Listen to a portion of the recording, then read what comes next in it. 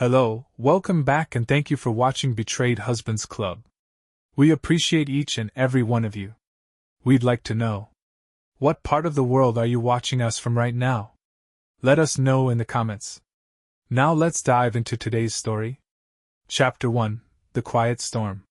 Staff Sergeant Danny Hayes sat on Sergeant Ronnie Miller's leather couch, nursing his third beer of the evening.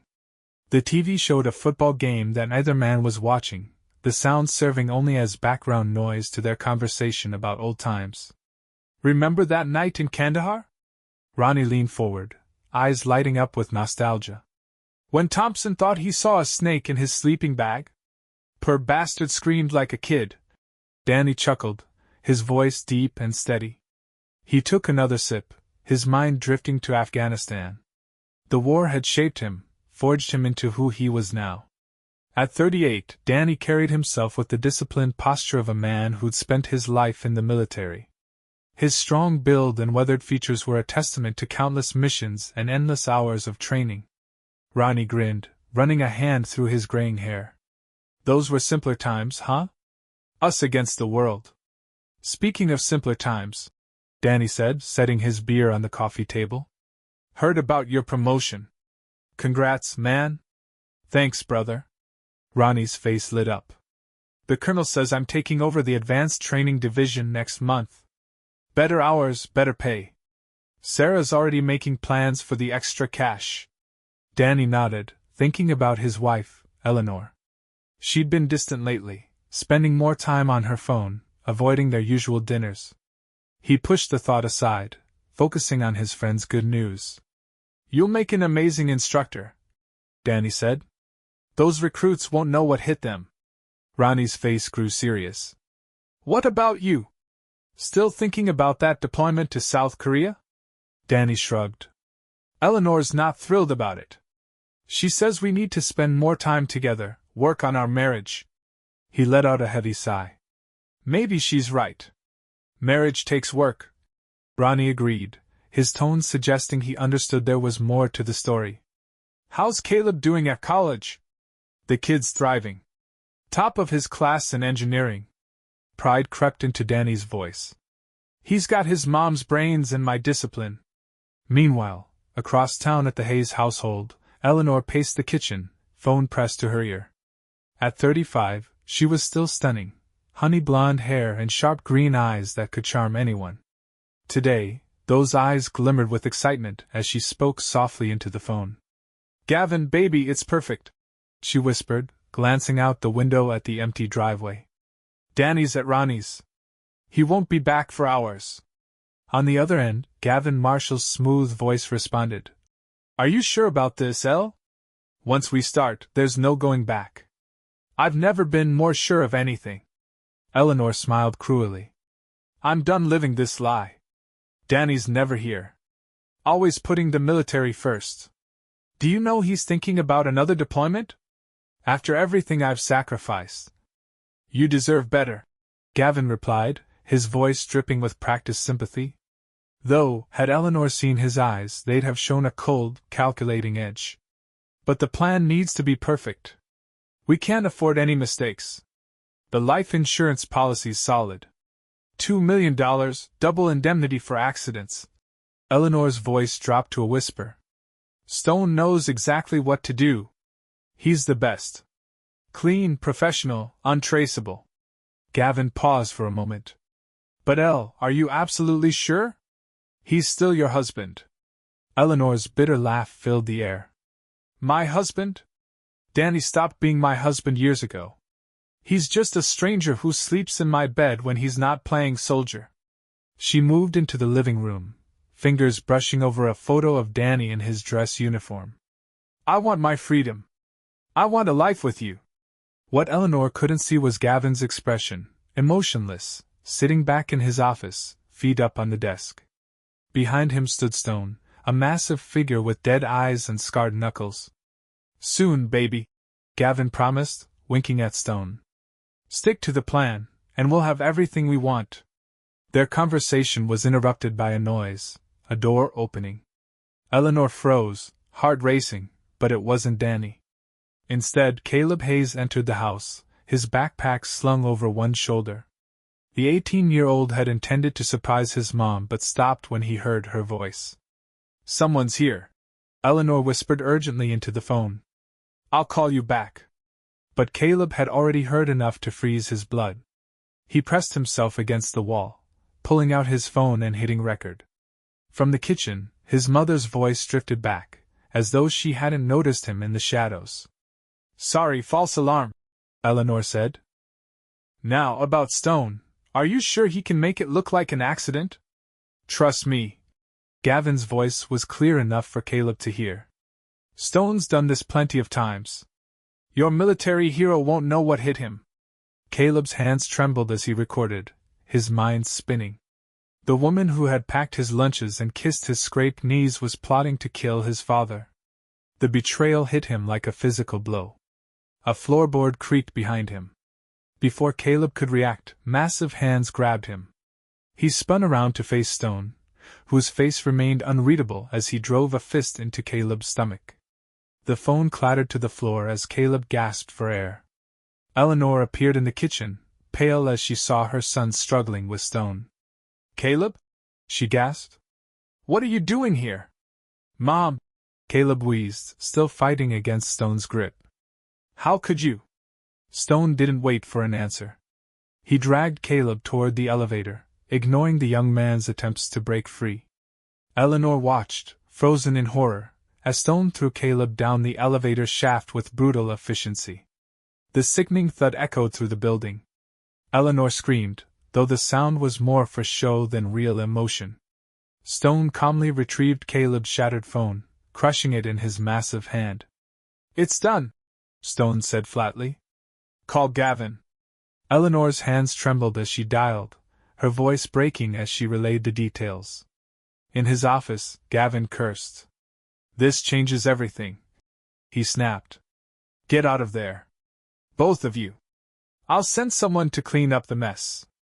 As Eleanor and Stone fled the scene, Caleb lay broken at the bottom of the elevator shaft, fighting to stay conscious. Through the haze of pain, one thought consumed him.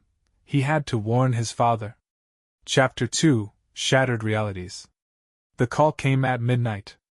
Danny sat in Ronnie's living room, their conversation now focused on upcoming training exercises, when his phone buzzed. The unfamiliar number made him frown. "Staff Sergeant Hayes," he answered, his voice crisp and professional. "Sergeant Hayes, this is Officer Martinez from Metro PD." The voice on the other end was grave. "There's been an incident involving your son, Caleb. He's been taken to Memorial Hospital in critical condition." Danny's grip on the phone tightened. "What happened?" "He was found at the bottom of your building's elevator shaft. We're treating it as a potential assault case." The world didn't tilt or spin for Danny Hayes. Instead, everything sharpened into focus, his military training kicking in. "I'm on my way." Ronnie, reading the change in Danny's expression, was already on his feet. "What's wrong?" "Caleb's hurt," Danny said, grabbing his jacket. His movements were calm and controlled. "Someone put my boy in the hospital." "I'm driving," Ronnie said, snatching his keys. He knew that look in Danny's eyes. It was the same one Danny had worn in combat, just before things turned lethal. The drive to Memorial Hospital took 12 minutes. Danny spent each one in silence, his mind racing with questions. Why was Caleb home? Who would want to hurt him? Where was Eleanor? The emergency room was buzzing with activity, but Danny moved through it like a man on a mission, his focus absolute. He found Caleb's room in the ICU, his heart tightening at the sight of his son hooked up to machines. "Mr. Hayes?" A doctor approached, clipboard in hand. "I'm Dr. Chun. Your son has multiple fractures, internal bleeding, and a concussion. We've stabilized him, but the next 24 hours are critical." Danny nodded, his face betraying none of the anger simmering beneath the surface. "Is he conscious?" "In and out. Try not to agitate him." Danny moved to the bedside, taking Caleb's hand. His son's eyes fluttered open, slowly focusing on his father's face. "Dad," Caleb whispered, his voice barely audible. Had to warn you. Save your strength, son. No. Caleb's grip tightened, weak but insistent. Mom, she's planning with Gavin. Danny leaned closer, his voice low but intense. Planning what, Caleb? Your murder, Caleb whispered. The words seemed to drain what little energy he had left. Heard them, recorded it. Stone. Gavin's guy. Through me. Caleb's eyes shut, exhaustion claiming him. Danny stood tall, his face a mask of cold fury. He'd known Eleanor wasn't happy, had sensed her pulling away. But this? Plotting his death with her lover? Using some thug to silence their own son? The betrayal hit him like a punch to the gut. 2 police officers entered the room, showing their badges. Sergeant Hayes? One of them asked. I'm Detective Wilson. This is Detective Cooper. We need to ask you some questions. Danny turned to face them, his expression unreadable. My son's resting. We understand, Detective Wilson said. But this is a serious matter. There are signs of foul play. I appreciate your concern, Danny replied, his tone making it clear that he didn't share it. But right now, my priority is my son's recovery. Detective Wilson pressed on. Sir, we need to know if Caleb had any enemies, anyone who might want to hurt him. My son's a college student who works part-time at a library, Danny said evenly. He doesn't have enemies. And your wife?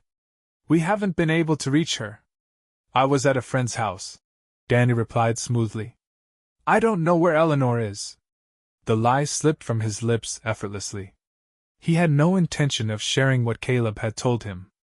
This wasn't something for the police anymore.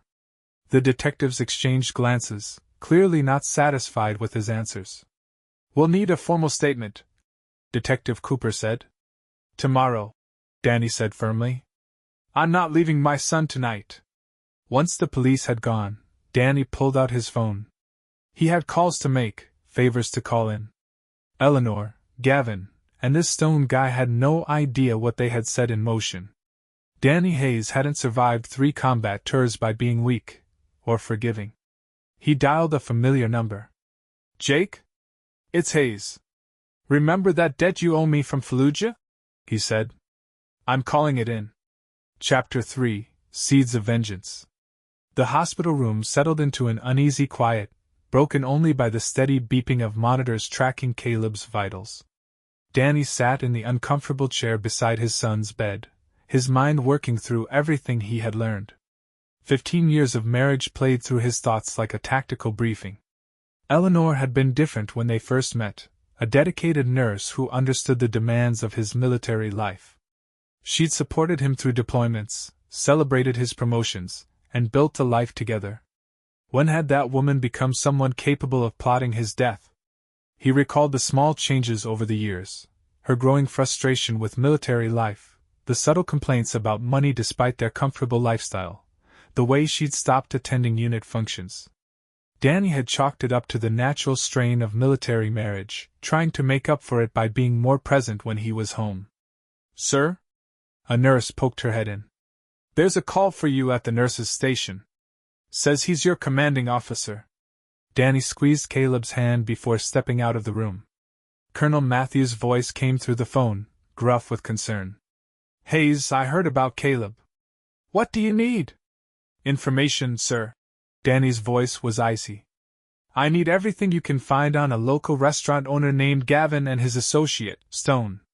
Off the books. There was a brief pause. This related to what happened to your boy? Yes, sir. Give me an hour. The colonel hung up without another word. Danny returned to Caleb's room and pulled out his laptop. As Danny waited for Matthew's information, he started his own investigation. Social media gave him plenty of insight into Gavin Marshall, the owner of the Blue Room, one of the city's hottest restaurants. Photos showed a man in his early 40s, always dressed in high-end fashion, surrounded by admiring customers. Danny's phone buzzed with a text from Matthews, containing several encrypted files. The information that came through painted an intriguing picture. Gavin Marshall was buried under gambling debts. He was using his restaurant to launder money for local criminals. His enforcer, Marcus Stone Sullivan, had a history of assault charges that mysteriously vanished before they could go to trial. A soft knock at the door interrupted his research. Ronnie stood in the doorway, his face serious. "Got your message. What's the plan?" "Eleanor's planning to have me killed," Danny said bluntly. "She's working with a local criminal named Gavin Marshall. Their enforcer threw Caleb down an elevator shaft to keep him quiet." Ronnie's eyes widened, then narrowed, his expression hardening. "What do you need?" "Surveillance equipment, weapons, clean phones," Danny said, his voice calm and methodical. "And your help tracking them down before they realize Caleb survived." "You're gonna kill them?" "No." Danny's smile was cold and unsettling. "Death would be too quick. I'm gonna destroy them completely. Take everything they hold dear, piece by piece, until they beg for death." Ronnie nodded slowly. "I'll make some calls. But Danny, this has to be handled carefully. One wrong move—" "I know," Danny interrupted, his eyes steely. He glanced at his son's battered face. "But they crossed the line when they hurt my boy. There's no going back now." While Danny planned his revenge, Eleanor paced in Gavin's office above the Blue Room. "We have to leave town," she urged, fear creeping in. "Danny will figure it out." "Calm down," Gavin snapped, pouring himself another drink. "Stone handled it." "Handled it?" Eleanor's laugh was a sharp, hysterical sound. "He threw my son down an elevator shaft. This wasn't part of the plan." "Plans change." Gavin's charming mask slipped, revealing something colder beneath. "Your son was recording us. What did you expect Stone to do? Ask him nicely to keep quiet?" Stone stood motionless by the door, his hulking figure blocking the exit. Eleanor looked between them, suddenly feeling the weight of her isolation. "Danny will kill us," she whispered. "You don't know him like I do," Gavin replied, his voice calm. "When he finds out." "If he finds out," Gavin corrected her. "And by then, we'll be long gone. The insurance policy pays double for accidents, remember?" Eleanor sank into a chair, her hands trembling as she fidgeted with her perfectly manicured nails. "I just wanted to be free. To be with you." Gavin didn't respond, his eyes fixed on the window as he sipped his drink. He had no intention of staying with Eleanor. She was merely a tool to him, something to help pay off his debts and give him a fresh start. But she didn't need to know that yet. Back at the hospital, Danny got another call. It was Jake Martinez, his former surveillance expert. "Found them, boss," Jake reported. "They're holed up at the Blue Room. Want to keep eyes on them?" "Yes," Danny said, standing up and stretching the tension from his muscles. "Let me know if they move." "And Jake?" "Thanks." "No thanks needed," Jake replied. "Nobody hurts family." Danny touched Caleb's forehead gently. "I'll be back soon, son. Rest easy. Dad's gonna take care of everything." He met Ronnie in the parking lot, where his friend handed him a duffel bag. "Burner phones, surveillance gear, and a few other things you might need," Ronnie said quietly. "The guns are clean, untraceable." Danny nodded, taking the bag. "I need you to stay with Caleb. Don't let anyone but the medical staff near him." "What about Eleanor if she shows up?" "Especially not Eleanor." Danny's voice turned to steel. "Call me immediately if she tries." As Danny drove toward the Blue Room, his phone rang. Eleanor's name flashed across the screen. He answered, keeping his voice even. "Danny." Eleanor's voice trembled. "I just heard about Caleb. Is he okay?" "Where were you, Eleanor?" I was out shopping." "Danny, please, what happened to our son?" Danny's grip tightened on the steering wheel. "Someone threw him down an elevator shaft. Someone named Stone. Ring any bells?" The silence on the other end was deafening. When Eleanor spoke again, her voice was completely different, calculated. "Danny, I don't know what you're talking about. You're not making sense. You must be in shock. We're done, Eleanor. Don't come home. Don't try to see Caleb. Your things will be packed and sent wherever you want them. Danny, wait. Let me explain. He hung up and turned off his phone. The time for explanations was over. At the Blue Room, Eleanor stared at her phone in panic. He knows. Oh God, he knows. Impossible. Gavin snapped, but his face had drained of color. Stone, are you sure the kid didn't say anything before? Stone shook his head silently. We need to leave now, Eleanor insisted. You don't understand what Danny's capable of. In Afghanistan, he… Shut up, Gavin growled, slamming his glass down. No one's going anywhere. If we run, we look guilty. We stick to the plan, Gavin continued coldly. Stone will handle Hayes, just like he handled the kid. Eleanor looked at Stone's emotionless face and shuddered. She had wanted freedom, wanted excitement with Gavin. But now she felt trapped between two dangerous men, one she had betrayed, and one she was starting to fear she never truly knew. Danny parked a block away from the Blue Room, setting up his surveillance gear in a vacant office building with a clear view of the restaurant. Through high-powered lenses, he watched Eleanor pacing in Gavin's office, Gavin drinking and making angry phone calls, and Stone standing motionless, guarding them like a statue. His phone buzzed with a text from Jake. Got the building plans you asked for. Sending now. Danny studied the blueprints of the Blue Room, memorizing exits, electrical panels, and gas lines. His training kicked in automatically, identified vulnerabilities, planned contingencies, controlled the battlefield. Another text came through from Jake. Financial records show Gavin's in deep. Owes money to some serious people. Want me to make a few calls? Not yet, Danny replied. Let them stew. Through the lens, he watched Eleanor and Gavin argue, their gestures growing more animated. Stone moved between them, separating them with his imposing bulk. The scene confirmed what Danny had already suspected. Their alliance is weak, built on lies and desperation. His phone buzzed again, this time with a message from Ronnie. Caleb's awake. Doctors say he's stabilizing. He's asking for you. Danny packed up his equipment. He had what he needed for now, confirmation of their location, their patterns, their dynamics. The rest could wait, his son needed him. Back at the hospital, Caleb was propped up in bed, his eyes clearer. Hey, son. I'm here, Danny said, taking Caleb's hand. How's the pain? Been better. Caleb tried to smile weakly. Did you get my message? About Mom? I got it, Danny said, his voice calm. But don't worry about that right now. Focus on getting stronger. Dad? Caleb's grip tightened just a little. What are you going to do? Danny met his son's eyes. What needs to be done? They're going to pay for hurting you. But I need you to trust me, don't tell the police anything yet.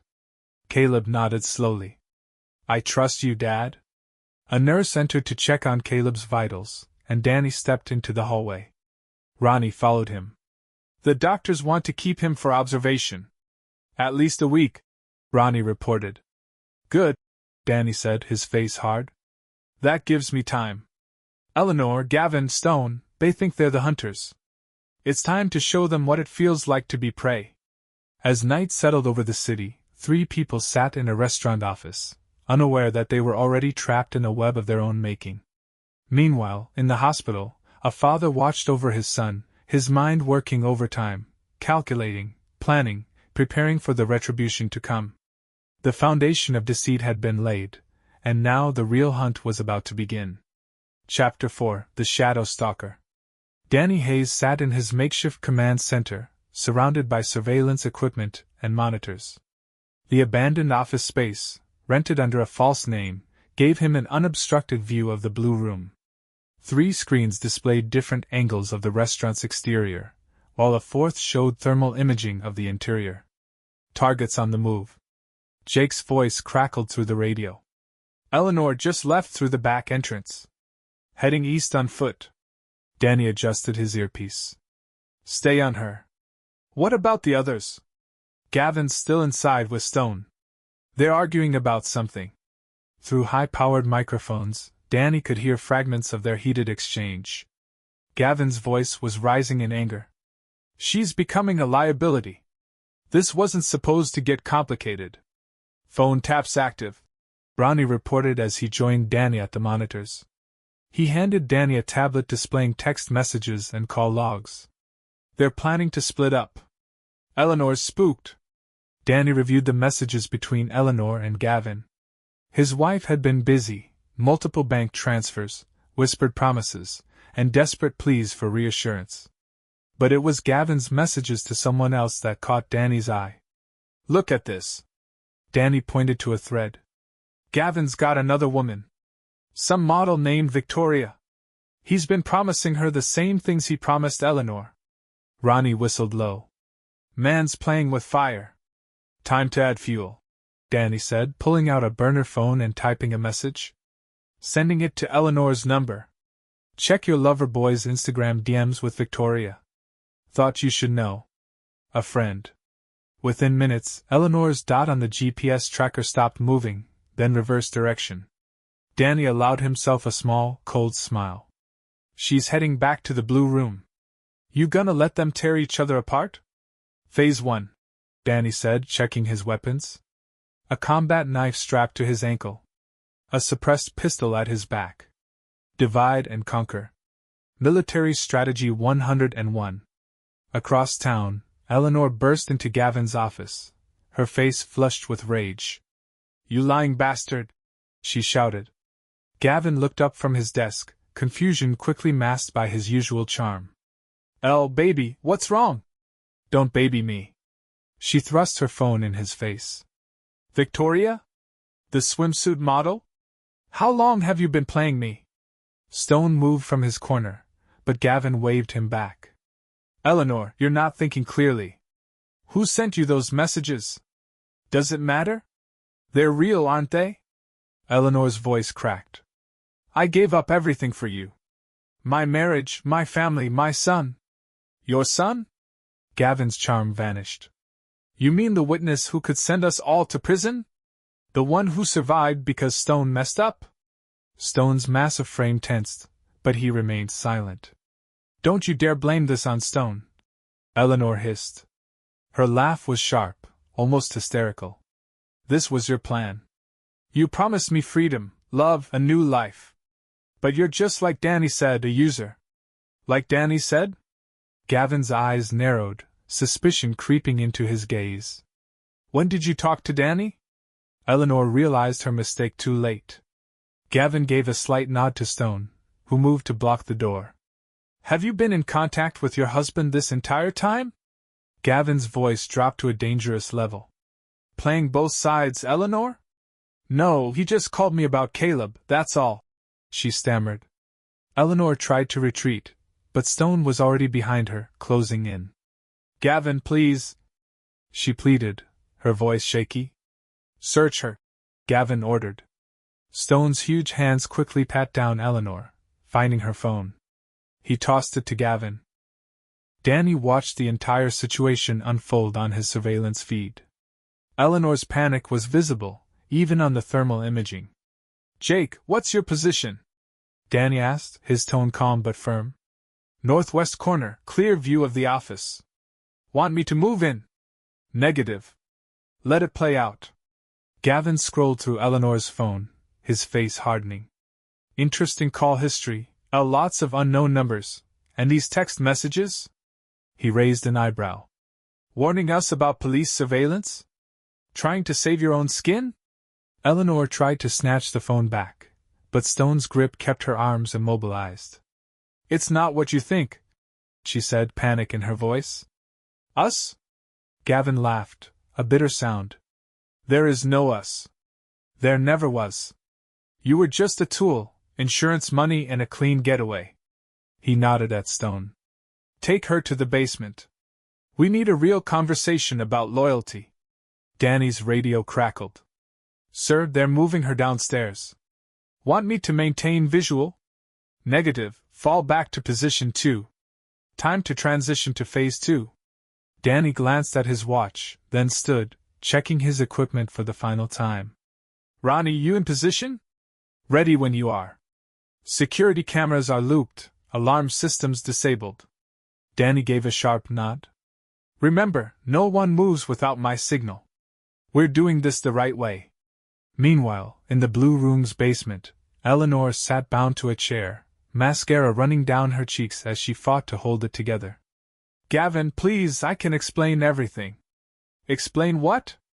Gavin paced in front of her, his voice thick with anger. How you've been feeding Danny information.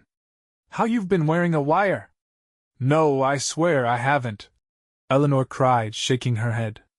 Stone searched her once more, finding nothing. Gavin's paranoia reached new heights. You know what your problem is, Eleanor? He leaned in close, his handsome face contorting with disgust. You think you're smarter than everyone else. You tried to play me against Danny, Danny against me. But you're just a bored housewife who watches too many soap operas. Eleanor's fear turned into fury. And you're just a two-bit con man sinking in gambling debts. You think I didn't know about that? About the money you've been stealing from the restaurant? The people you owe? Gavin's hand cracked across her face with a violent force. Shut up. Truth hurts, doesn't it? Eleanor spat blood, her resolve hardening. Danny will find us. And when he does? When I do? Danny's voice came from the shadows. Stone spun around, reaching for his weapon, but two tranquilizer darts struck him in the neck. The massive man stumbled and collapsed to the ground. Gavin went for his gun, but Danny was faster. A suppressed shot hit Gavin in the knee, sending him to the floor with a scream. Hello, Eleanor. Danny stepped into the light, his expression unreadable. Miss me? Chapter 5, The News Tightens. Danny moved through the basement with quiet precision, securing both Gavin and Stone with zip ties. Eleanor remained bound to her chair, her eyes locked on her husband, a mixture of fear and desperate hope in them. Danny, thank God they were gonna kill me. Like you were going to kill me? Danny's voice was cool and conversational as he checked Stone's restraints. The big man was out cold, breathing steadily. No, I mean yes, but I changed my mind, Eleanor stammered. I was trying to warn you. Warn me? Danny turned his cold gaze on her. After Stone threw our son down an elevator shaft? After you plotted my murder for the insurance money? That's when you decided to grow a conscience? Gavin groaned on the floor, clutching his bleeding knee. She's lying to you, Hayes. She planned everything. The insurance, the accident, all of it. I know, Danny said quietly, kneeling beside Gavin and applying a tourniquet to his leg. I know exactly what each of you planned. I had time to do my research, he continued, pulling out a phone and playing a recording. Eleanor's voice, sweet and seductive, discussing methods for murder with Gavin. Then another recording. Gavin laughing with Victoria about his meal ticket from his desperate housewife. I've spent weeks gathering evidence, Danny went on. Bank records, text messages, surveillance footage. You three weren't as clever as you thought. What are you gonna do? Eleanor's voice trembled. Justice, Danny replied simply. He pressed his radio. Ronnie's status? All clear upstairs. Jake's got the perimeter secured. Good. Start with the office. I want everything. Eleanor watched Danny direct his team, her mind racing as she remembered the quiet, dutiful husband she once thought she knew. This man was different. Harder. Colder. More dangerous than she could have ever imagined. Danny, please. She tried again, her voice pleading. We can work this out. For Caleb's sake, don't you dare say his name. Danny's voice was icy, a deep anger simmering beneath. You lost your right to speak his name when you chose this piece of garbage over your own son. Gavin attempted to bargain, his voice weak. Please be reasonable. I've got money connections. We can make a deal. A deal? Danny pulled up another recording on his phone. Like the deal you made with the Mendoza cartel? Or the money you've been laundering through your restaurant? Gavin's face drained of color. How did you? I told you, I did my research. Right now, the DA's getting an anonymous tip about your operation, along with bank records, supplier lists, and surveillance footage. You can't do this. Gavin struggled against his restraints, panic rising in his eyes. They'll kill me. Should have thought of that before you sent Stone after my son. Danny turned his attention to the unconscious enforcer. Speaking of which, he pulled out a file. Marcus Stone Sullivan.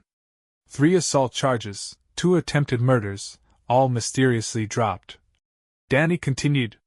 But not this time. This time, there are witnesses, DNA evidence, and a victim who can testify. Gavin spat. He'll never talk. He won't have to. Danny said, holding up a familiar object, Caleb's shattered phone. Your boy didn't destroy it completely. Our tech team recovered the recording. Stone's voice came through the phone, distinct and clear as he threatened an 18-year-old kid. Eleanor started sobbing. Danny, I'm sorry. I was confused, unhappy.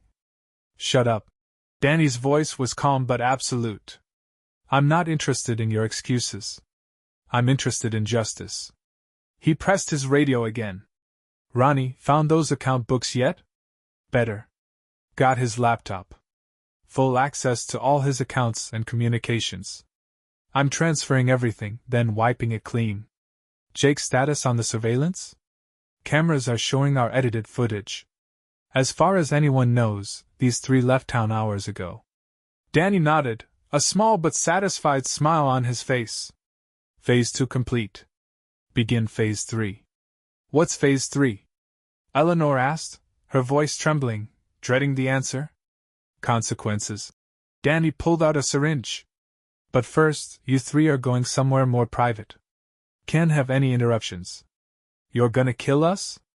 Gavin's voice cracked. Kill you?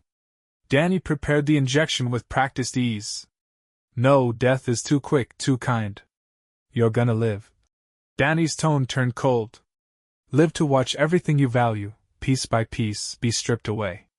One by one, he injected them. As they began to lose consciousness, Danny's voice was the last thing they heard. Welcome to your nightmare. Chapter 6. The Predator Strikes. The warehouse Danny had chosen sat on the outskirts of town, far from prying eyes. Inside, 3 figures were secured to metal chairs, arranged in a triangle so each could see the others. As the sedatives wore off, Eleanor, Gavin, and Stone slowly regained awareness, finding themselves in a stark room lit by a single harsh light. Danny stood in the center, still in his tactical gear, surveying them. 2 laptops sat on a table, glowing with financial data and surveillance feeds. Good, you're awake. Danny's voice echoed in the empty space. Time to begin. Begin what? Gavin tried to sound defiant, but his fear was obvious. Your education, Danny said, turning one laptop so they could all see the screen. Let's start with you, Gavin. Your finances make for interesting reading. The screen displayed bank statements, transfer records, and offshore accounts. You've been busy, Danny continued. Skimming from the restaurant, laundering cartel money, embezzling from your investors. But the really interesting part. He clicked to another screen, showing financial activity involving Eleanor. Eleanor's head snapped up. What? Show her, Gavin. Tell her about the accounts you opened in her name, the loans you took out using her social security number, the credit cards you maxed out. He's lying. Gavin protested, but his face betrayed him as he saw the evidence. Danny pulled up more documents, 3 mortgages on properties Eleanor had never seen, 5 business loans for non-existent companies, and the piece de resistance, a life insurance policy on her, with him as the beneficiary. Eleanor stared at Gavin, realization dawning. You were gonna kill me too? Now she gets it. Danny said, his laugh devoid of humor. You weren't his partner, Eleanor. You were his mark. Just like the others. You showed them photos, other women, other scams, other victims. Gavin here has quite a history, but he got sloppy this time, left too many traces. What did you do? Gavin asked, his voice shaking, as his life unfolded on the screen before him. I took everything, Danny said, pressing a key. Your accounts are empty. Your property seized. Your restaurant? Under investigation for health code violations, tax fraud, and criminal enterprise. Gavin lunged against his restraints. You can't do this. I already did, Danny said, turning to Stone. Your turn, big man. Wanna tell them about the recordings? Stone remained silent, but his eyes widened. No, I'll tell them, Danny said, pulling up an audio file. Stone's voice was heard, discussing past jobs with an undercover officer. Amazing what people say when they think they're talking to a potential employer. You set me up? Stone growled, his deep voice now filled with rage. Didn't have to. Just had to find the right people to talk to and show them the right evidence. Danny pulled up police reports, witness statements, DNA records. You left quite a trail of bodies, Stone. Time to answer for them. Eleanor watched her husband work, seeing a side of him she'd never known existed. This wasn't the quiet, dutiful military man who read the paper on Sunday mornings.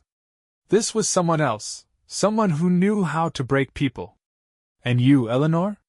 Danny turned to her. You thought you were so clever, playing everyone against each other. The grieving military wife, the seductive mistress, the concerned mother. He showed her the text messages, photos, and recordings of her own voice plotting his murder. Your parents have already seen these. So have your friends, your coworkers, your church group. Everyone knows what you really are now. Eleanor broke down, her sobs filling the room. Please, Danny, I'll do anything. Anything? Danny's voice was soft, but his words were dangerous. Like you did anything for Gavin? For our son? He moved closer, his presence overwhelming. You wanted excitement, Eleanor? Adventure? Well, congratulations. You got it. He stepped back, surveying the room, his gaze hard. Welcome to your new reality, where everything you valued, everything you built, everything you stole is gone. You have two choices now, Danny said, his voice chilling. Option 1, confess. Tell the police everything. Take your punishment like adults. Option 2. He smiled, and it was terrifying. I continue dismantling your lives, piece by piece, day by day, until there's nothing left but the truth. You're insane, Gavin whispered, his voice trembling. No. Danny's voice was calm. I'm a father protecting his son. I'm a soldier delivering justice. I'm the consequence of your actions. He turned to leave, pausing at the door. Think about your choices. I'll be back in an hour. Oh, and don't bother trying to escape. The room's monitored, and my people outside are very good at their jobs. The door closed, leaving the three conspirators alone, each of them feeling the weight of their decisions. They exchanged wary glances, former allies now turned enemies, unsure who would crack first. Danny stood just outside the room, listening through his earpiece as their accusations and recriminations echoed in the air. Phase 3 was complete. Now, he only needed to wait for them to destroy each other. Chapter 7: The Price of Betrayal. The warehouse stood in eerie silence as police vehicles surrounded it, their red and blue lights painting the walls in shifting hues. Detective Wilson approached the entrance, gun drawn, followed closely by his team. The anonymous tip had been precise, 3 suspects inside, all restrained. They found Eleanor, Gavin, and Stone exactly as described. Each one showed signs of interrogation, not brutal, but precise enough to break them. Stone's massive frame slumped in his chair, his usual stoic demeanor shattered. Gavin nursed his wounded knee, mumbling incoherently about bank accounts and lost millions.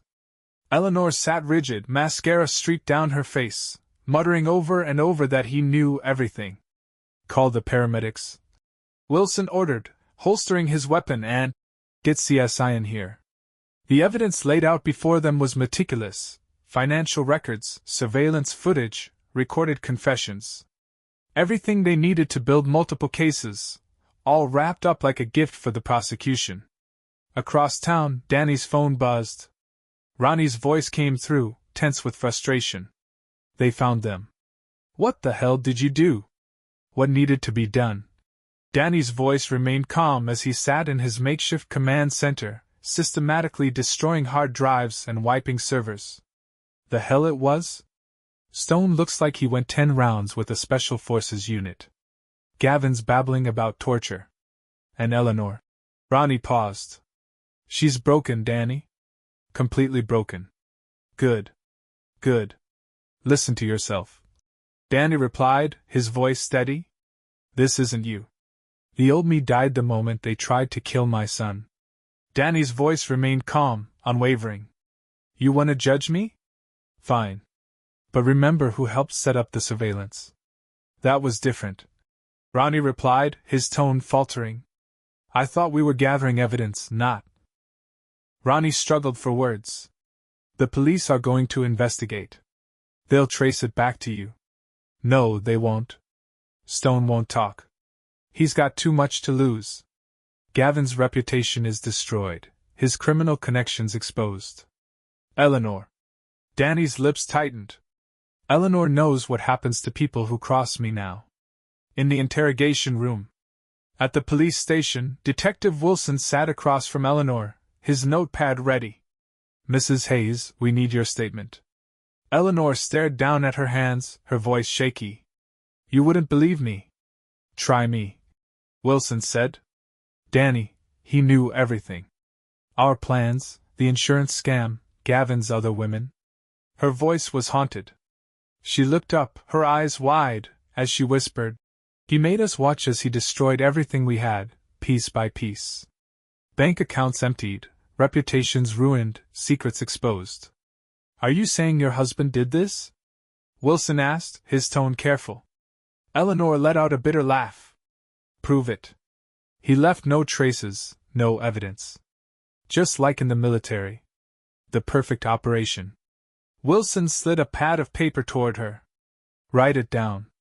All of it. Why? Eleanor asked. So you can go after him? She picked up the pen, trembling. You don't understand. He won. He broke us completely. And the worst part? Her hand trembled as she finished the sentence. We deserved it. At the hospital, Danny sat beside Caleb. His son was recovering well, though it would take months of physical therapy. The police found them. Danny said, taking Caleb's hand. Mom, she'll face charges. They all will.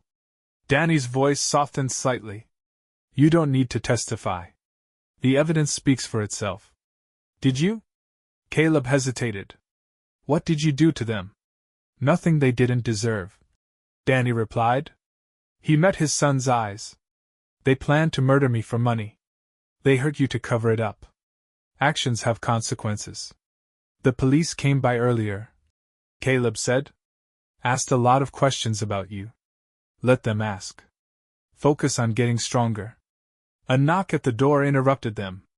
Ronnie stood in the doorway, his face grim. Danny, we need to talk. In the hallway, Ronnie handed Danny a phone. They're building a case against you. Wilson's determined to prove you orchestrated everything. Let him try. Danny scrolled through the messages. Our tracks are covered. The warehouse lease, the surveillance equipment, the financial trails, all dead ends. This isn't over. Yes, it is. Danny deleted the messages. Eleanor and her lovers destroyed themselves. I just helped them along. And the torture? The psychological warfare? Enhanced interrogation. Danny's smile was cold. Nothing illegal. Nothing provable. Just enough to break them. Back in his hospital room, Caleb watched his father through the window. The man who had taught him to fish, helped with his homework, cheered at his graduation, that man was gone. In his place stood someone harder, colder, shaped by betrayal into something far more dangerous. Mr. Hayes? A nurse approached Danny. There's a detective here to see you. Wilson appeared, notepad in hand. We need to discuss what happened at the warehouse. Do we? Danny's expression gave nothing away. 3 people were held captive, tortured psychologically, their lives systematically destroyed. Wilson studied Danny's face carefully. That takes resources, training, military expertise. Sounds like you have theories. Danny said. I have evidence. Wilson shot back. No. Danny replied softly. You have suspicions, but what you don't have is proof.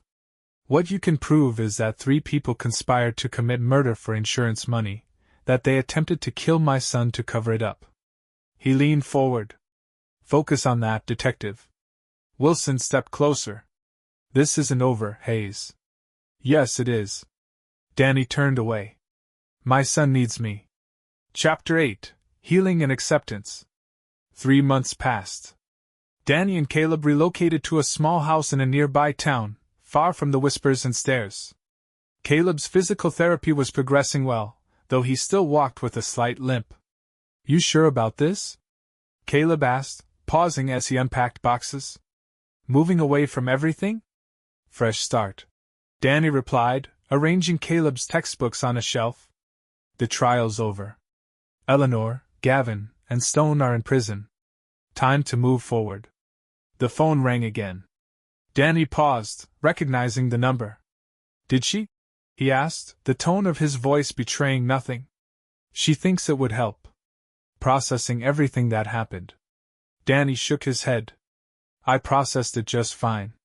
Dad? Caleb touched his father's arm gently. What you did? I understand why. But carrying that weight alone. Danny looked at his son, no longer the boy in family photos but a young man who'd seen far too much. Fine, Danny said, his voice soft. 1 session. Dr. Sarah Chin's office was comfortable but professional. Danny sat rigidly in the leather chair, evaluating sight lines and exits out of habit. Mr. Hayes? Dr. Chin began, her voice calm. Why are you here? My son insisted. And why do you think he's concerned? Dr. Chin asked gently. Danny's laugh held no humor. Because I systematically destroyed the people who tried to kill me and hurt him. Tell me about that decision, she said, leaning forward. What decision? Danny replied. They chose their path. I simply helped them reach their destination. Dr. Chin raised an eyebrow. You could have let the police handle it. The police? Danny's voice grew sharper. While they gathered evidence, filed warrants, followed procedures? While Eleanor and her lovers escaped? No. Justice needed to be immediate. Absolute? Dr. Chin pressed, watching him carefully. And the torture? Danny corrected her automatically. Enhanced interrogation. Nothing illegal, he added, his voice cold. Nothing that left permanent marks. Just enough to break them. Break them? Dr. Chin's voice was gentle. They needed to understand consequences. Danny replied, his hands clenched. Feel the same helplessness Caleb felt at the bottom of that elevator shaft, Danny said, his jaw tightening. I wanted them to know what it feels like when someone takes everything you value. And now? She asked, her voice calm. Danny paused, considering her question carefully. I feel satisfied. They'll never hurt anyone again. Caleb's safe. Justice was served. And at what cost to you? Cost? Danny stood up, pacing now. I lost my wife years ago. She just didn't tell me. Lost my faith in people. In love and trust. But I gained something, too. What's that? Clarity. Understanding what I'm capable of. What I'll do to protect my son. What I'll do to protect my family. Dr. Chin made a note. Do you regret any of it? No, Danny replied immediately, without hesitation. I regret not seeing Eleanor's betrayal sooner. Not protecting Caleb better. But what I did to them. They earned every moment of it. The session continued, Dr. Chin gently probing Danny's past experiences, his military background, and his transformation from a husband to an avenger. Danny answered honestly but selectively, revealing just enough to satisfy Caleb's concerns without exposing his deeper methods. Back at the house, Caleb waited on the porch. Danny came out, his expression unreadable. How was it? Caleb asked quietly. Enlightening, Danny replied, sitting down beside him. She thinks I need to process my trauma. Don't we all? Caleb said, his voice quiet. Danny looked at his son, noticing how much stronger he had become, but also how much had changed. The innocence was gone, replaced by something harder, more knowing. Some people need words, Danny said slowly. Others need action. And revenge? Caleb asked, his voice barely a whisper. Justice, Danny corrected softly. Revenge is emotional. Justice is rational. Calculated. Caleb nodded, processing his father's words. Like you were? Yes, Danny replied simply. They sat together in silence, watching the children play in the neighborhood. Normal lives, normal families, normal problems. They would never have that again.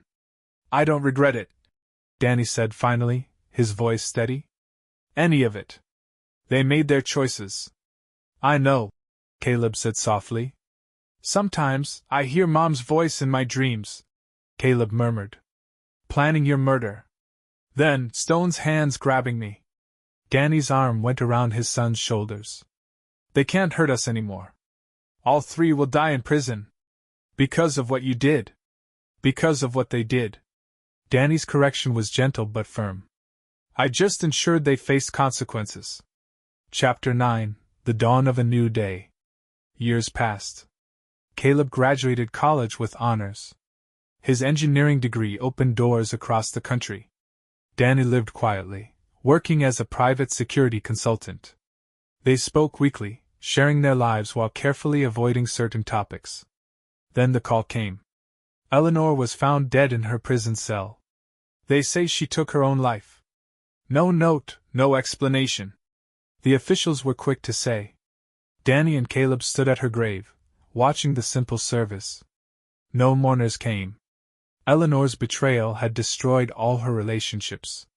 Even her parents had disowned her. You okay? Caleb asked quietly, glancing at his father. Yes. Danny's voice held no emotion. She made her choices. Do you think she really killed herself? Danny didn't answer. They both knew about his occasional consulting trips and his unexplained absences. Some questions were better left unasked. I forgive her, Caleb said suddenly, surprising Danny. Why? Danny looked at his son, surprised. Not for her sake, Caleb said, touching the gravestone. For mine. He held on to the hate. Does it change you? Caleb asked quietly. Yes, Danny agreed, his tone steady. It does? Caleb pressed. They drove home in silence. The family photo still sat on Danny's mantelpiece, a constant reminder of what was lost, what was gained, and what had changed forever. We made it, Dad, Caleb said, studying the picture with a distant look in his eyes. Despite everything we did. Danny picked up the frame, his mind drifting back to the man he used to be, the husband who trusted, the father who protected, the soldier who served. All those pieces had reformed into something different, something harder, colder, more absolute. Will you ever trust again? Caleb asked, breaking the silence. I trust you, Danny replied. He carefully replaced the photo. That's enough. They sat on the porch, father and son, survivors of a war not fought on foreign soil but within their own home. Danny watched Caleb, strong now, successful, scarred but not broken. His greatest victory wasn't in destroying Eleanor and her lovers. It was in protecting his son, ensuring he survived, grew, and thrived. The evening air settled around them in a quiet peace. Not the peace of forgiveness or forgetfulness, but the peace that comes with justified action, with consequences delivered and justice served. We'll always be together, Danny said, echoing words from easier times. Caleb nodded, understanding all that his father left unsaid. The darkness that lingered in Danny Hayes had been controlled, but it was never gone. A weapon sheathed, always waiting to protect what mattered most. In the end, that was Danny's truth, not the betrayal, not the revenge, not the calculated destruction of those who had hurt his family. His truth was simpler: a father's love, turned ruthless by betrayal, transformed into something both terrible and absolute. Epilogue: 10 years later. The private security firm's office buzzed with quiet efficiency. Danny Hayes, now approaching 50, sat behind his desk, reviewing personnel files. His company, Hayes Protection Services, had grown into one of the country's most respected security consultancies, specializing in high-risk personal protection and corporate security. A knock at the door interrupted his work. "Come in." Jake Martinez, his old surveillance expert and now head of operations, entered with a tablet in hand. "Got the report from the Singapore job. Clients are happy." "Very happy." Danny nodded, taking the tablet.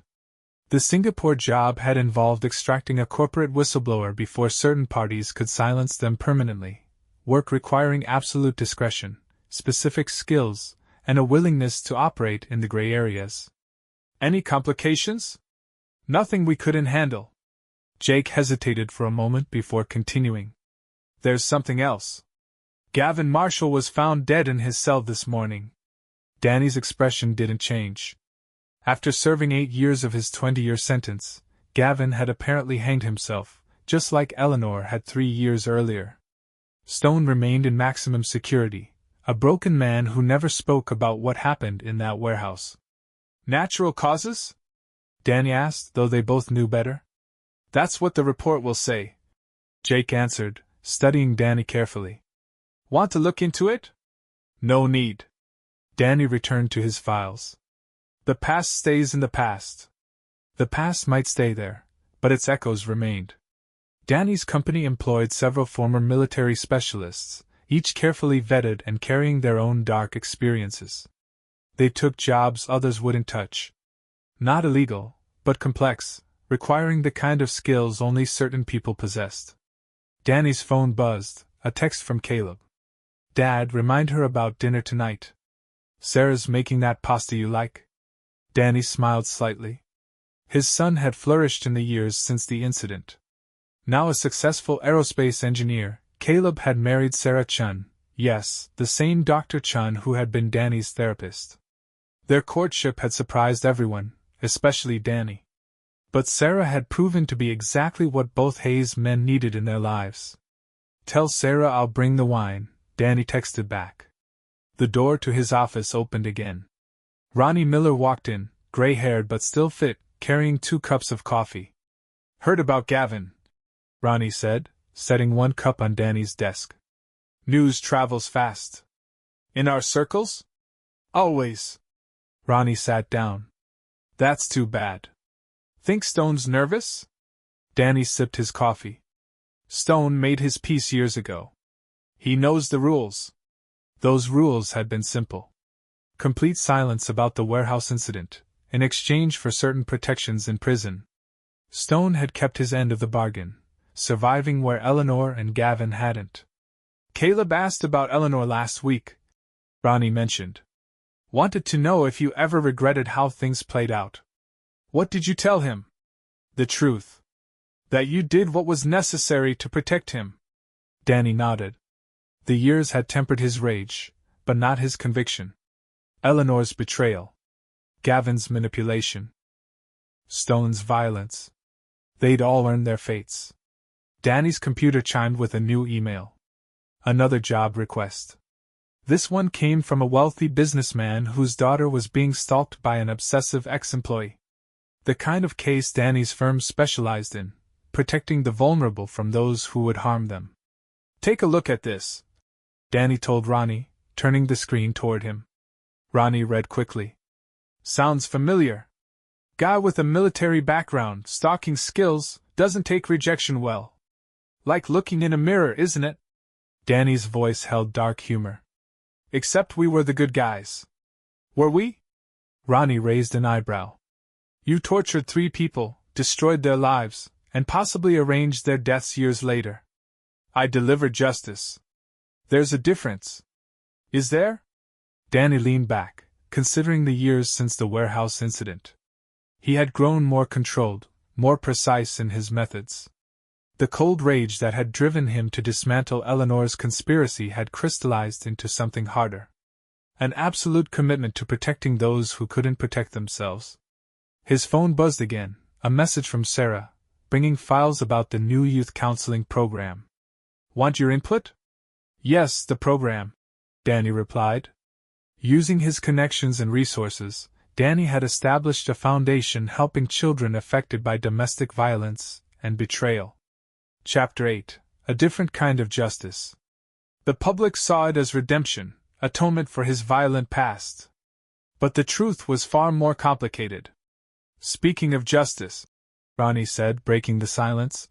Heard from Thompson lately? Last month. Still running that private military outfit in Africa, Danny replied. Thompson had been part of their old unit, one of the few who knew the full truth about the warehouse incident. He went private sector too, Danny continued. But his methods are less subtle than mine. He offered me a job, leading their training division. You gonna take it? No, Danny answered, shaking his head. Got everything I need here. And he did. His company provided more than just wealth, it gave him purpose. Each client protected. Each predator stopped. Each life saved. It all fed something deep in Danny's psyche. The same drive that had once led him to destroy Eleanor's conspiracy now fueled his mission to protect others. Jake returned with more files, pulling Danny back to the present. Boss, about that stalker case? Got his background check. Former Delta Force, dishonorable discharge for excessive force. Multiple restraining orders. Perfect, Danny said, his smile turning cold. Set up surveillance, full package. Like old times? Better, Jake replied. We're legal now. Legal, yes, but still deadly effective, Danny said with a sly grin. Danny's firm had earned a reputation for handling the difficult cases, the ones that required military precision and moral flexibility. They weren't mercenaries or vigilantes, but they weren't conventional security either. The afternoon passed in a blur of operational details. At 6, Danny packed up, heading to Caleb and Sarah's for dinner. Their house was in a quiet suburb, secured with state-of-the-art systems, a father's gift to his son. Caleb opened the door, now 38, the same age Danny had been when everything had fallen apart. Caleb had Danny's build, but his features were softer, the hardness in his eyes tempered by Sarah's influence. Dad? Caleb greeted him, offering a brief but firm embrace. Sarah's in the kitchen. And someone else is here to see you. In the living room, a teenage girl sat on the couch, Maria Rodriguez, 17, one of the first recipients of Danny's Foundation scholarship. Her father had died protecting her from an abusive mother, a story that resonated deeply with both Hayes men. Mr. Hayes? Maria stood, nervous but determined. I got accepted to MIT. Engineering program, full ride? Danny's voice softened. Congratulations. Your father would be proud. The Foundation, your help. Maria continued, her voice trembling. I wouldn't have made it without you. Danny nodded, understanding the weight of her words. The Foundation didn't just provide money, it offered protection, guidance, and sometimes more direct intervention when needed. Sarah emerged from the kitchen, wiping her hands on a dish towel. Time had added subtle lines around her eyes, but she still moved with the same grace that had first caught Caleb's attention in her office years ago. Danny, she greeted warmly, pulling him into a hug. We need to discuss the new counseling center, the renovation plans. After dinner, Danny insisted. Family time first. The word family held a different meaning now. Not the false ideal he'd lived with Eleanor, but something stronger, forged in fire and blood. Caleb and Sarah, their growing circle of protected charges, and the loyal operators who'd followed him from military to private sector, these were his true family. Over dinner, they discussed Maria's future plans, the Foundation's expansion, and Sarah's counseling work. Normal conversation underpinned by a shared understanding of darker truths. Thompson called, Caleb mentioned casually. Offered me a consulting position. Danny paused, his fork halfway to his mouth. What did you say? Told him I prefer our way of doing things, Caleb said with a glance toward Danny. Legal. Controlled. Mostly legal, Sarah corrected with a small smile. As both wife and therapist, Sarah understood the necessity of certain gray areas. After dinner, Danny and Caleb sat on the back porch while Sarah showed Maria some college preparation materials. Heard about Gavin, Caleb said quietly. Did you? Self-destruction. Like Mom. Caleb's voice was flat, lacking any emotion. Convenient. Sometimes justice takes time, Danny responded. They sat in comfortable silence, each lost in thought. The past decade had brought changes neither could have imagined in that hospital room after Stone's attack. Danny's security empire. Caleb's engineering success. Their shared mission through the Foundation. All born from that crucible of betrayal and vengeance. The new client?